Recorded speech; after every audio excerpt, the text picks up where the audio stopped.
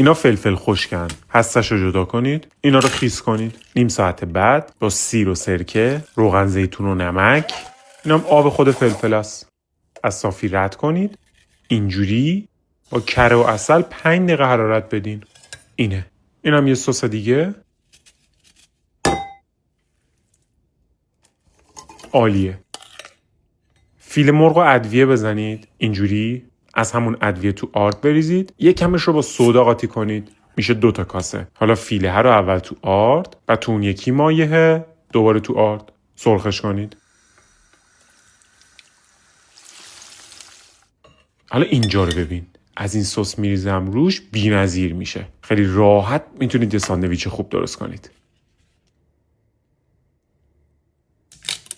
برای تکمیل کارم خیارشور میذارم.